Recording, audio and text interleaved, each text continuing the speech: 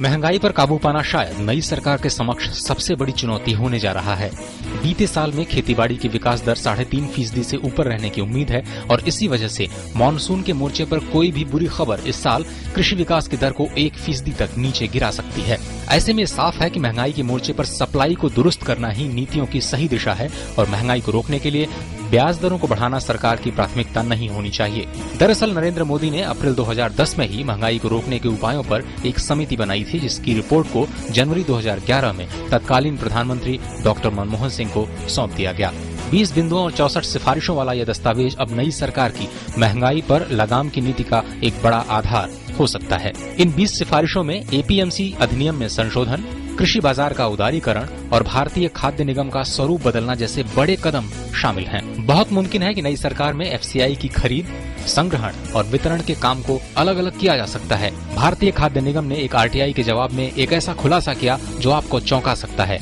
FCI ने कहा कि 2005 और 2013 के बीच करीब 2 लाख मीट्रिक टन अनाज गोदामों में बर्बाद हो गया। इस बर्बादी में 84% हिस्सा चावल और 14% हिस्सा गेहूं का था। मूल्य स्थिरता कोष के जरिए जिन राज्यों में किसी खास वस्तुओं की कमी होगी उसे इस पूल से खरीद और वितरण की सहायता दी जाएगी, जिससे सप्लाई को दुरुस्त बनाया जा सके। इसके साथ ही राज्य सरकारों को जमाखोरी पर लगाम लगाना भी नीतियों के फोकस पर रहने वाला है। मल्टी ब्रांड रिटेल में एफडीआई का भाजपा विरोध कर रही है और सभी सोच रहे हैं कि इसका विकल्प होगा क्या।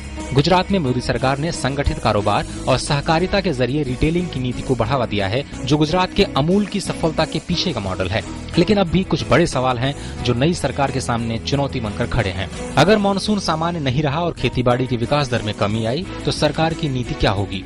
क्या दुनिया भर में अल नीनो के प्रभाव को लेकर भारत सरकार पहले से ही अपनी आयात नीति में फेरबदल करने जा रही है?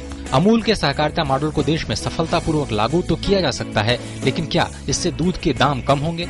अपने भाषणों में नरेंद्र मोदी विकास को अपनी नीतियों का केंद्र बताते आए हैं, लेकिन चुनौती ये भी है कि तेज विकास अपने साथ महंगाई की समस्या लेकर आता है। रोजगार और आमदनी में बढ़ोतरी उपभोग को बढ़ावा देते हैं, जो महंगाई पर दबाव डाल सकते हैं। ऐसे में विकास और महंगाई के बीच संतुलन बनाना शायद सरकार के समक्ष सबसे बड़ी चुनौती होने जा रहा है।